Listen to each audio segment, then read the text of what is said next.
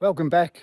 It's a beautiful morning this morning. We had about 4.5 mil of rain last night, so that was very welcome. I am setting up the sprinklers in the home paddock to get that going again. But this week's update, it's mostly about just a short one about drenching the sheep and checking out our rams for next year. We've got 3 rams, so I'll explain that in the video, but I just also wanted to show you quickly. I'll turn the camera around. This is an area where the chicken caravan was sitting, and there's lots of these circles around the paddock, and this is a classic example. It's probably about 2 months since the chickens were in this spot, and we've got hairy vetch growing through. There's lots of radishes and different brassicas. There's not much clover in here, but wherever you see chickens, you get the odd tomato plant growing up because we feed the chickens tomatoes. And here's a sunflower, a couple of sunflowers coming up. They won't come to anything, but something will eat it, but it's all having roots in the ground. I'll show you another spot where they've just come from, and I've sown some grass. So the caravan 2 is set up around a tree there with lots of branches and sticks that I've piled up that the chickens love scratching in. But this is an area where the chickens have come from, and it's only about, I suppose, about 3 days, 4 days, and they chomp it down and they trample it all. This is an area of where the caravan was parked for too long, and a lot of poo sitting there. But I've sown this down with my seed mix, and we'll see what comes of this. I like to chuck seed, their fermented grain, on top of these things, and they give them a hard time. They don't kill them off completely, but they sort of stunt their growth. Here's another one down here where there's a bit more plantain, a bit more clover. This was a very bare area here, really granity, and that's starting to come back nicely. You can definitely see where the circle was, and there was no clover in this paddock when we first started, and it's starting to come back really nicely. And adding nitrogen to the soil with a combination of mowing and using the yeoman's plough. Here's a really nice spot here. It's got plantain and chicory and clover, and hopefully it out-competes with the horrible love grass that we've got. We moved the boy herd yesterday, and these boys here need a drench. So, time to get them in the yard. Come on, boys. You too, big boy. Easy peasy.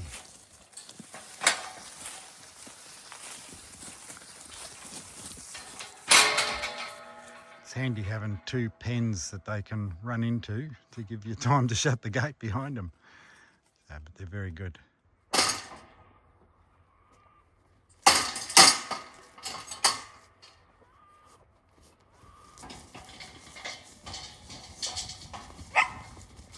Come on, little one. Come on. That's a good boy. That'll do.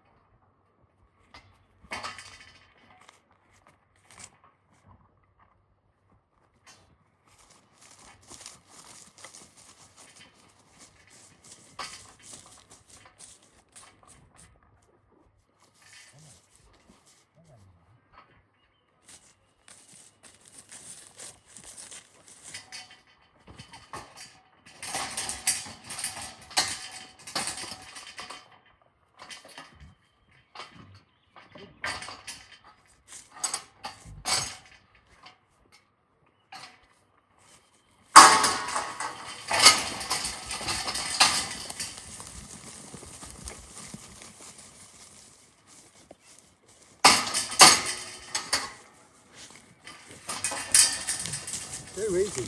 They were very good, well-behaved boys.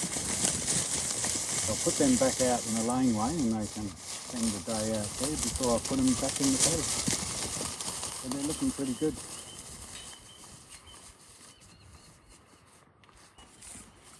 So Robert has drenched the boys and we're just up having a look because we've got 3 rams in here. We've got Ramsey, who's our original boy, and then we've kept 2 of a set of twins, number 17 and 18, Harry and Ron we called them, to replace Ramsey.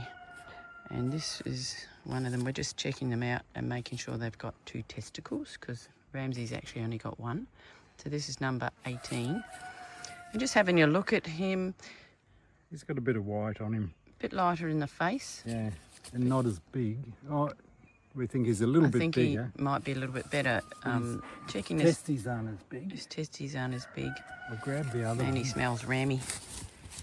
Oh, belt's broken. Yeah, falling apart. It is not easy to catch rams. Over there. No, that's 16.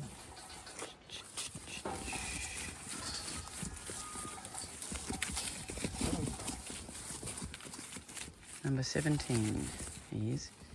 Where's 18 go? 18 we just looked at. Number 17 though. Is that one? No.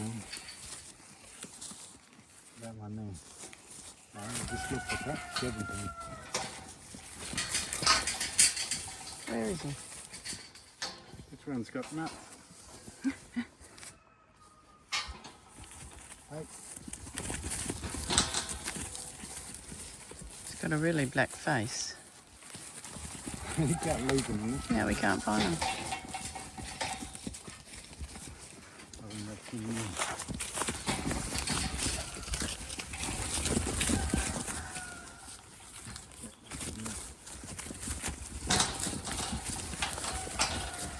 This is not a job for Tania. Ram wrangling. So he's got a bigger set of testicles. He's got a nicer head, isn't he? He's much He's nicer blacker. head. Whatever his teeth look like. Bigger testicles. I don't think he's quite as big, but check his feet. Good feet. He's got a more rammy nose on him. Haven't you? Eh? So he's number 17. We'll have to... He's not quite as big, but still a little bit nicer. No, but he's only a hogget. So, but I like the look of him better than this one. He's more true with the black face. Yeah. So we'll decide whether we'll... Because this is the other one, you can see he's, I think facial feature wise. But look at Ramsey, he's so big. Big dada. But eventually, next year we're going to have to probably bring some new blood in. Because you don't want to cross brothers over sisters over daughters. That's not a good idea. It's called line breeding because he will be related to the girls that he's going to join, the ones from the blue taggers, blue taggers. We're not going to join the black taggers. But he'll be fine over the older ones. Yeah, he'll be fine with them. And then the following year we'll get a whole new ram. Yeah, we'll get a new ram, get some new blood. What a beautiful day. What a beautiful autumn day. Hello, Mr. Snake, coming out of the veggie garden. He's sunning himself, enjoying the day. There was one down in the strawberry patch as well earlier. And where are you going to go? He's just sunning himself. He is. Where are you going to go? Buddy? Go back into my veggie garden, please. No, stay out of the veggie garden. We'll leave him be. I am down in the pumpkin patch and it's time to start picking a few more of these pumpkins before the frosts come. We've probably got, hopefully cross fingers, 3 more weeks, but they're starting to die off, as you can see, and there's a host of little pumpkins in here. I've started picking a few and making a record, but There's a few more Kent ones in there over here. I've just picked off these ones that are the vine has died off, so we'll pop them on the veranda to cure. There's a big one, but some get if you leave them too long, some little critters will come and start nibbling on them. There's one here that's got some nibbles on them, but the pigs will enjoy. And I found, while I was walking around, where is it now? Oh, here it is. Another watermelon. I think I'll give that to my chickens. Still a few little tomatoes, so I'll go and get a container and pull those off. Another pumpkin in there. Harvesting pumpkins is fun because you just never know what you're going to get. I'll keep going. Seeing Tania go down to collect some produce, and she's got her gorilla cart with her. And here's her little... Is there many more? Not right now. No, but down on the bushes. Yeah, oh yeah, that. Is there? But these ones are ready to pull off. Good one. We had some for dinner tonight, and it was yummy. One of the Queensland Blues. They're a bit of a hassle to chop up, but they actually taste really nice, don't they? Yeah, but the pigs are going to be happy. And another wee watermelon. Yeah. Nice one. Nice one.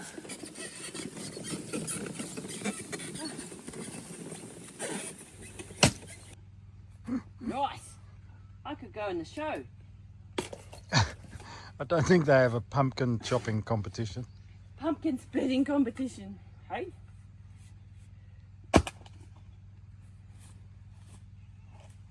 And some of it I might keep for us. I'll have a look. But that'll be afternoon tea for the pigs. Nice, they will enjoy.